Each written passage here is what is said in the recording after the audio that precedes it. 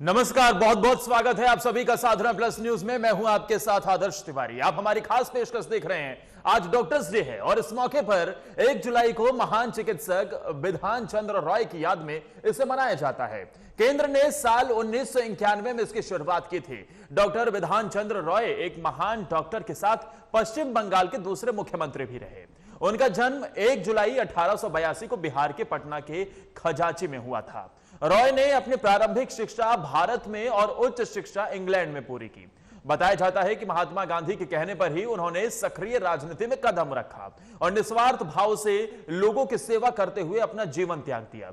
Doctor Roy की तर्ज पर आज जब देश कोरोना से जूझ रहा है, तब भगवान रूपी डॉक्टर लोगों के लिए वरदान बनकर उभरे हैं। डॉक्टरों के समर्पण और बलिदान को लेकर पूरा देश उनको सलाम करता है और इसी को लेकर होगी आज हमारी खास पेशकश, हैप्पी डॉक्टर्स डे। और इसी के साथ हमारे साथ दो खास मेहमान जुड़ेंगे, डॉक्टर्स। हम उनसे चर्चा करेंगे और तमाम चुनौतियों को समझेंगे, खासतौर पर कोरोना काल के बाद किस तरीके के बदलाव निकलकर सामने आए, किस तरीके की चुनौतियों का सामना करना पड़ा है। क्योंकि न देश न दुनिया, कभी किसी ने सोचा नहीं था कि इस तरीके की महामारी से दुनिया जूझती नजर आएगी। लेकिन आज एक महामारी का संकट पूरी दुनिया के सामने है और सब इससे जूझ रहे हैं।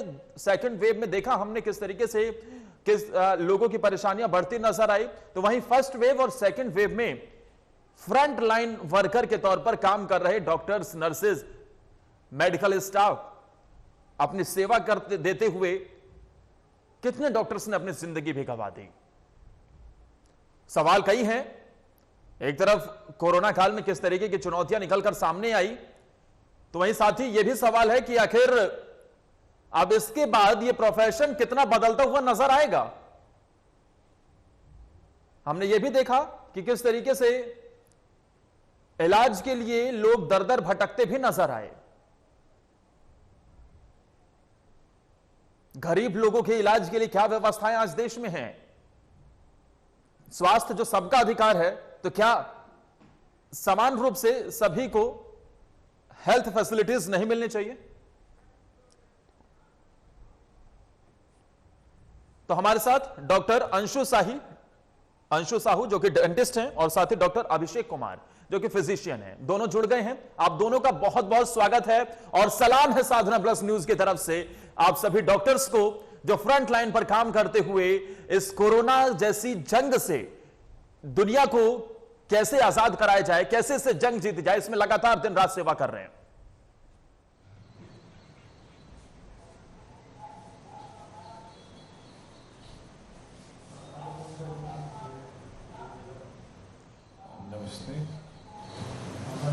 डॉक्टर अंशु साहू, सबसे पहले आपके पास आना चाहेंगे और ये समझना चाहेंगे कि कोरोना काल कभी किसी ने सोचा नहीं था कि एक महामारी से देश समेत पूरी दुनिया को जूझना पड़ेगा। आज डॉक्टर्स डे है और डॉक्टर्स ने फ्रंट लाइन पर काम करते हुए अपनी भूमिका निभाई। कोरोना से इस जंग को कैसे जीता जाए, इसे लोगों को बताया, जागरूक करने का काम किया और हर मोर्चे पर अपनी सेवा देते नजर आए। कितनी कठिन ये चुनौती रही। जी हाँ, नमस्कार। मैं doctor Anshu Sahu, dental specialist. काफ़ी चुनौतीपूर्ण रहा है कोरोना काल। इस दौरान में जैसा कि हम लोग सब जान रहे हैं, देख रहे हैं कि कोरोना का सारा कीटाणु नाक और मुंह के जरिए ही स्प्रेड हो रहा था और ऐसे समय पे अगर किसी को दांत की कोई पीड़ा हो, कोई तकलीफ हो, तो कई बार हमें फ़ोन पे या वीडियो कॉन्फ्रेंसिंग करके उनसे बात करना पड़ा और उनको सलाह देना पड़ा। कुछ केसेस में बहुत इमरजेंसी होने पे ही हम लोगों ने कोविड टेस्ट, RT-PCR टेस्ट करा करके तब उनका सर्जिकल इंटरवेंशन किया। हालांकि सारा प्रिकॉशंस लेकर के करना था, सारा कुछ वैसे ही हम लोगों ने फॉलो किया। डॉक्टर अभिषेक, हमने देखा कि किस तरीके से एक कोरोना काल में फ्रंट लाइन पर काम करते हुए कई डॉक्टर्स ने अपने जिंदगी गंवा दी। सैकड़ों डॉक्टर्स इस कोरोना काल में सेवा करते हुए अपनी जिंदगी उन्होंने गंवा, लेकिन ऐसे में घर वालों को भी चिंता लगी रहती होगी। जब आप अस्पताल जाते होंगे तो घर वालों के मन में भी, क्योंकि आप देश जो एक परिवार है आपके लिए, उसकी सेवा करने के लिए पहुंचे, लेकिन एक आपका भी परिवार है घर पर, तो उसके मन में किस तरीके की चिंताएं आती थी? बहुत ही अच्छा प्रश्न है आपका। मैं हूं डॉक्टर अभिषेक, एक ईएनटी सर्जन हूं मैं। ईएनटी नस्कल बेस मैंने प्राइमरी शिक्षा अपनी बॉम्बे से की थी, उसके बाद मैं अमेरिका और यूरोप में जाके पढ़ाई करी। तो पूरे कोरोना काल में जो मैं अपने दोस्तों से, जैसे जो अमेरिका में है या फिर जो यूरोप में है या फिर जो बॉम्बे में है, तो ऐसा नहीं है कि सिर्फ मेरी फैमिली, पूरे दुनिया में जितने भी डॉक्टर्स की फैमिली है, सबने ये प्रॉब्लम फेस किया।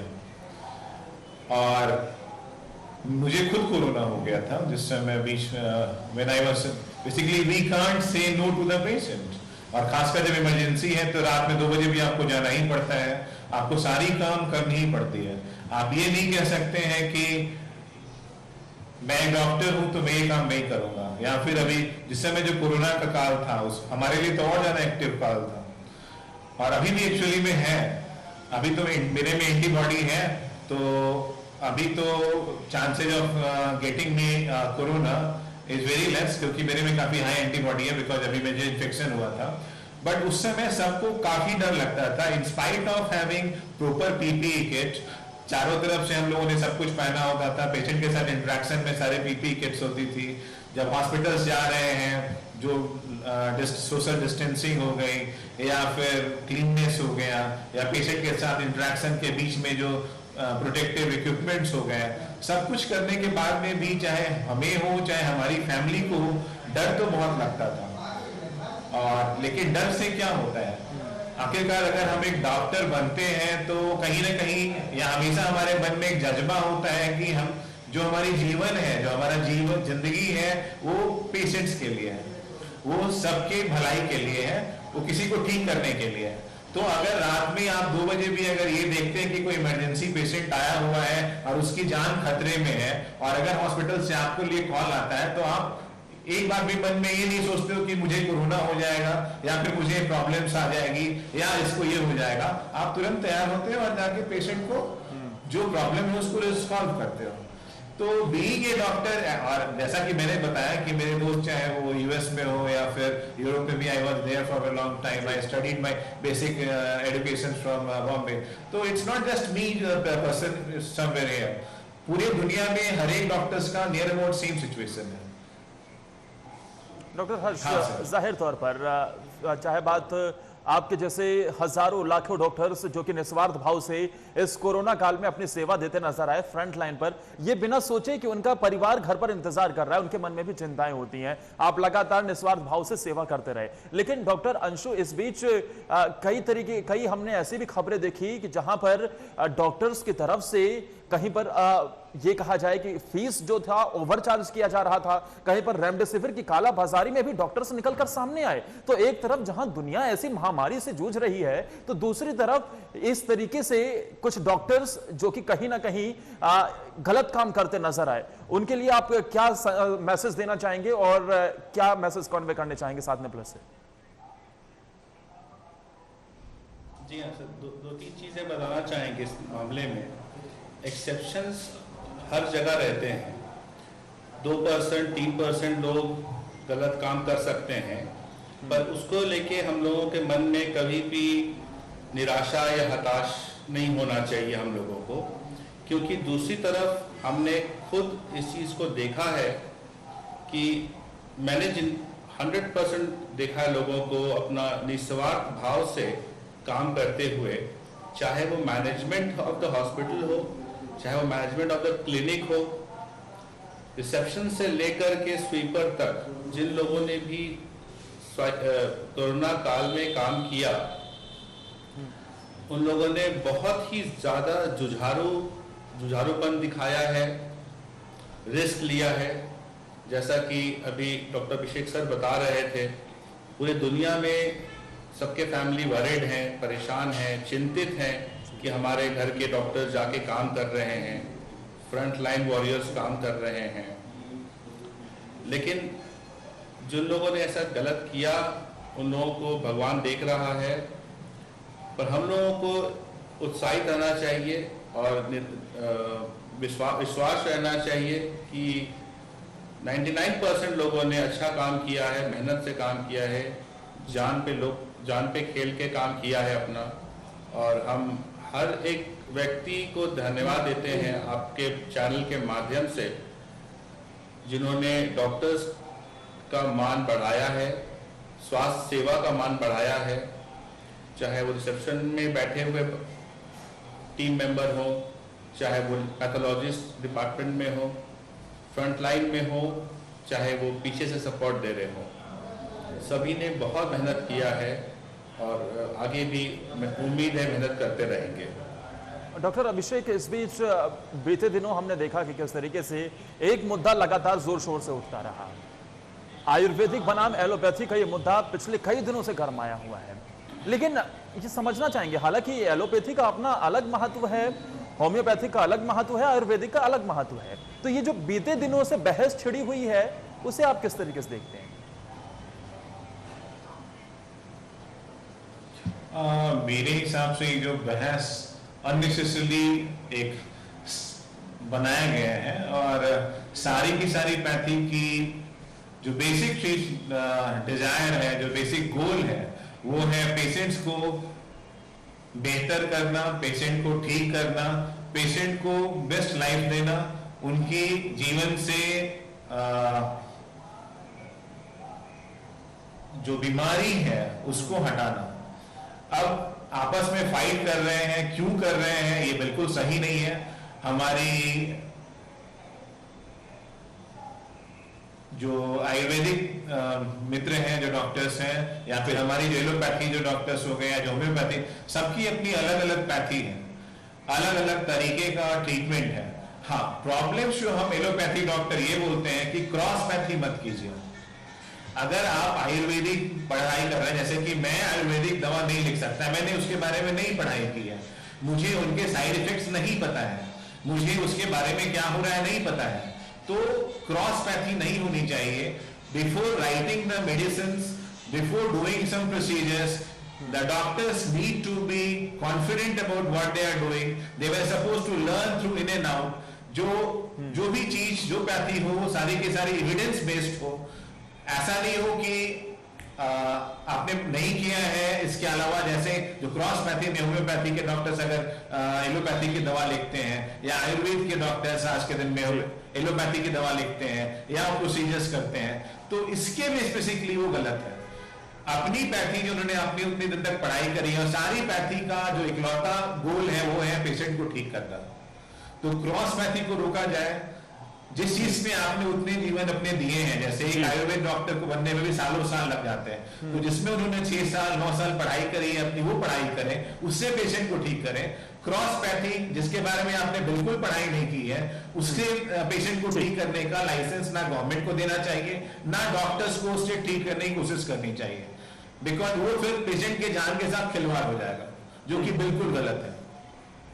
ठीक। डॉक्टर अभिषेक और डॉक्टर साहू, आप दोनों हमारे साथ बने रहिए, लेकिन इस बीच डॉक्टर राजेश भी हमारे साथ जुड़ गए हैं। डॉक्टर राजेश, आपका भी बहुत बहुत स्वागत है साधना प्लस में, और आज डॉक्टर्स डे है, इसके लिए बहुत बहुत बधाई आपको।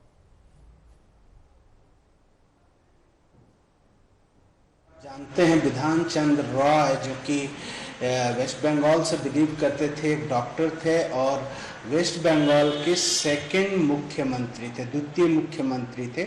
उनका जो जन्म दिवस था और जो पुण्यतिथि थी वो एक ही है, जो आज का दिन है, 1 जुलाई। उन्होंने मेडिकल के फील्ड में बहुत ही अच्छा काम किया और अपना सारा जीवन लोगों की चिकित्सा में और देश के लिए समर्पित किया। तो उनकी याद में हम 1991 से डॉक्टर्स डे मनाना शुरू किया है हम लोगों ने। और आप कह रहे थे क्यों मनाते हैं डॉक्टर्स डे, तो ये विधान चंद्र रॉय जी के बर्थडे और पुण्यतिथि, मतलब जन्म दिवस और मृत्यु डे के उपलक्ष्य में ही मनाया जाता है।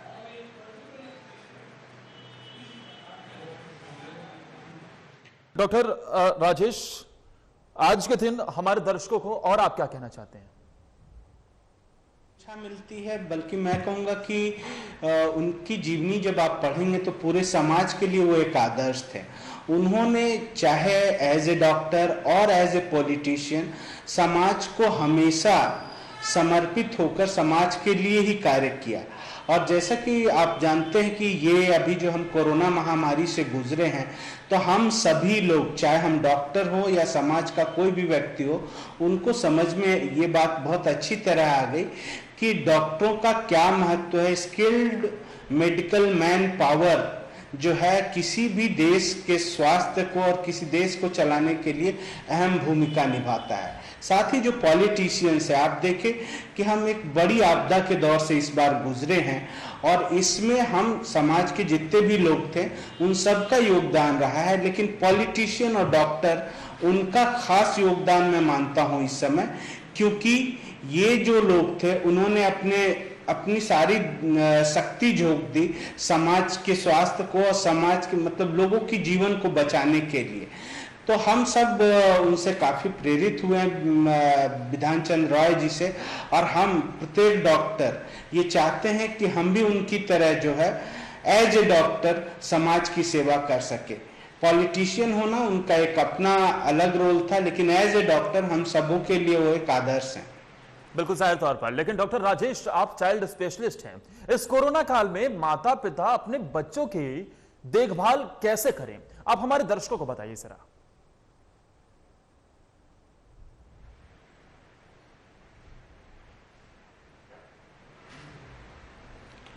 देखिए, सबसे बड़ी बात आज जो समाज में देखी जाती है वो है डॉक्टरों और मेडिकल पेशा के प्रति समाज में लोगों के विश्वास की कमी।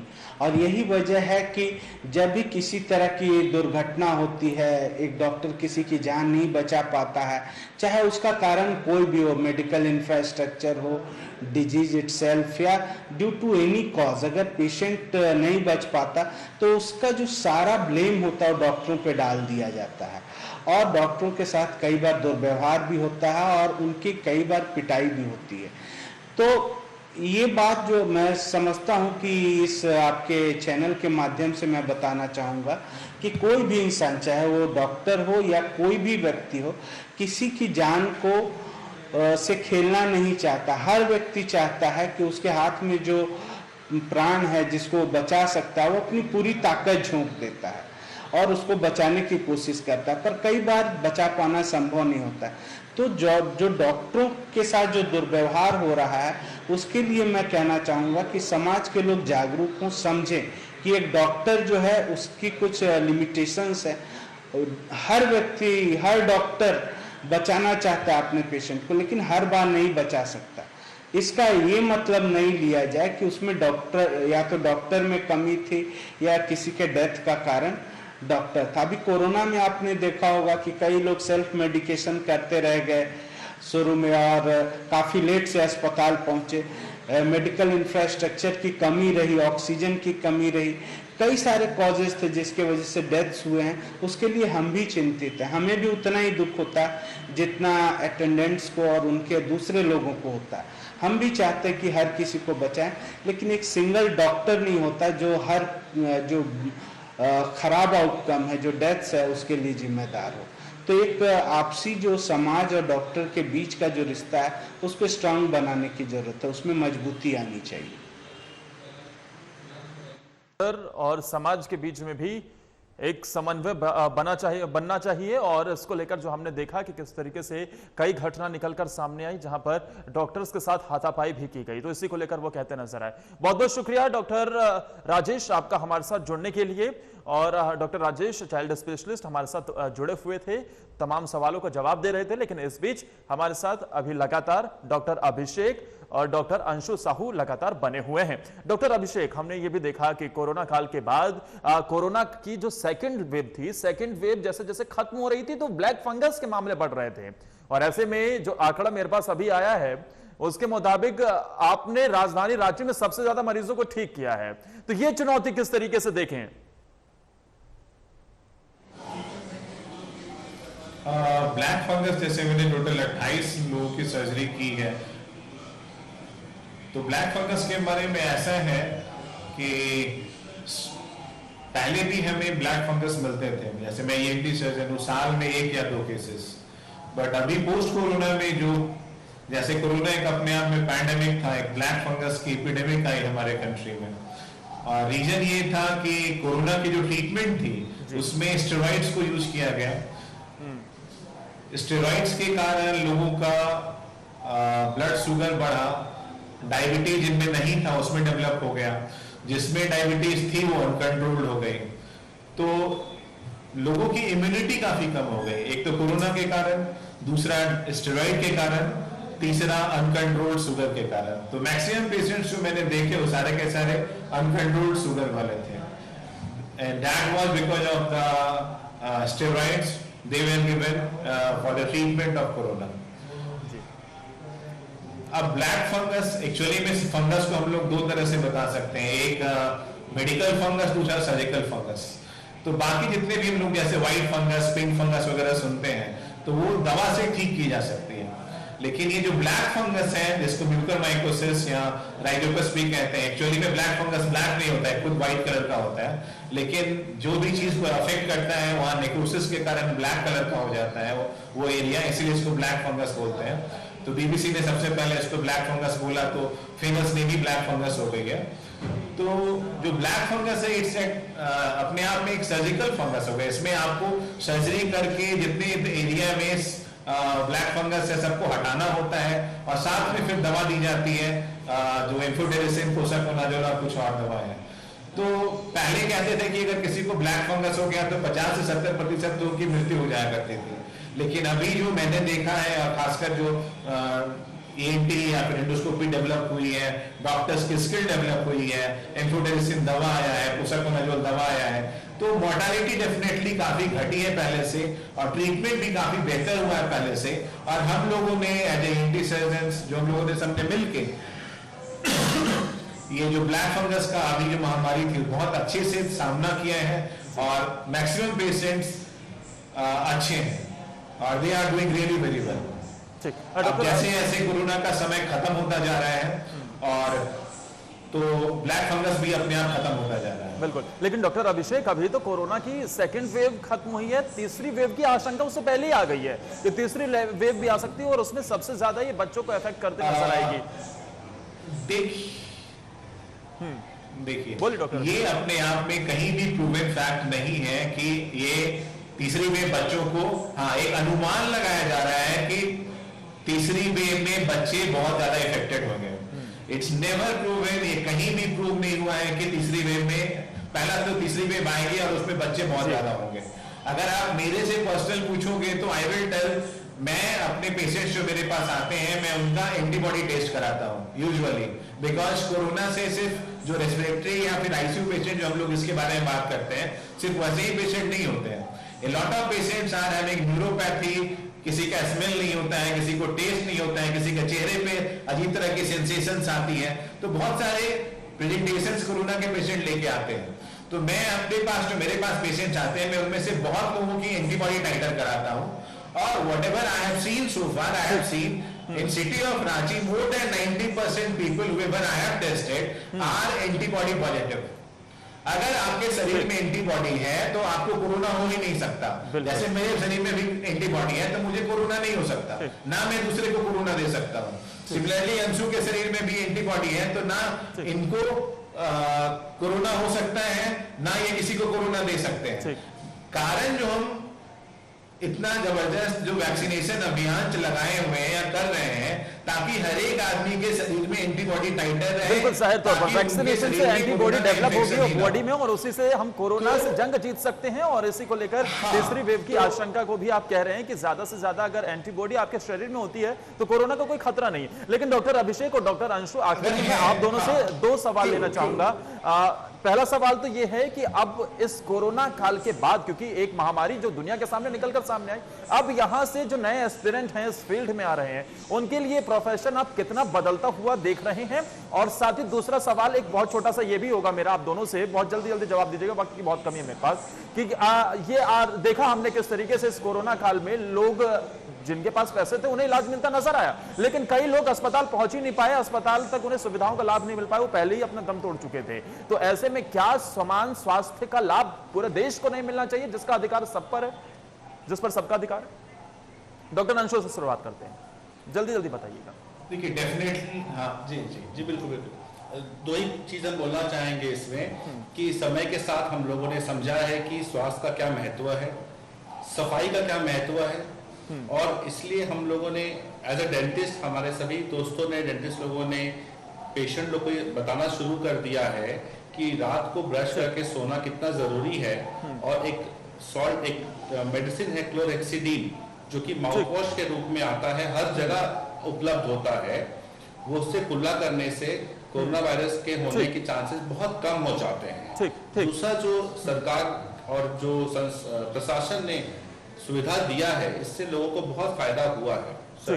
ठीक, डॉक्टर अभिषेक मेरे आखिरी सवाल का जवाब क्लोजिंग कमेंट के तौर पर आपसे लेंगे। हाँ, तो जो कोरोना के कारण पूरे के पूरे विश्व की स्वास्थ्य जो व्यवस्था है वो एक्सपोज हो गई, चाहे वो अमेरिका हो, चाहे इटली हो, चाहे इंडिया हो, हर एक जगह पे ऐसा नहीं है कि सिर्फ हम लोगों ने प्रॉब्लम फेस किया, पूरे वर्ल्ड वाइड सबने प्रॉब्लम फेस किया, और हर एक जगह पे उस हिसाब से परिवर्तन आ रहे हैं। हमारे कंट्री में भी काफी सारे पॉजिटिव चेंजेस आई हैं। Government, state government, central government is focusing more towards the health now, that itself is a big asset for a third world country like us. और हर एक कंट्री ने आपके टाइम में कोरोना के बाद में, चाहे वो भी हो, अपने माफी मांगते हुए डॉक्टर अभिषेक, वक्त की कमी के चलते मुझे आपका इंटरप्ट करना पड़ेगा। बहुत बहुत शुक्रिया, आप दोनों डॉक्टर्स हमारे साथ जुड़े, डॉक्टर अभिषेक और डॉक्टर अंशु साहू दोनों जुड़े हुए थे और तमाम चीजें बता रहे थे। डॉक्टर्स डे आज मनाया जा रहा है, सलाम है सभी डॉक्टर्स को जो इस कोरोना काल में लगातार निस्वार्थ भाव से अपनी सेवा करते नजर आए। लेकिन सवाल ये आखिर का यही था कि आखिर क्यों समान स्वास्थ्य का लाभ लोगों को नहीं मिल पाता, आखिर गरीबों को आज भी इलाज क्यों नहीं मिल पाता, उन्हें चक्करों काटने पड़ते हैं, तो दूसरी तरफ जिनके पास पैसे हैं उन्हें इलाज मिल पाता है। तो क्या व्यवस्थाएं बदलनी नहीं चाहिए, क्या हर व्यक्ति तक इलाज नहीं पहुंचना चाहिए? इसी के साथ इस खास पेशकश में इतना ही, नमस्कार।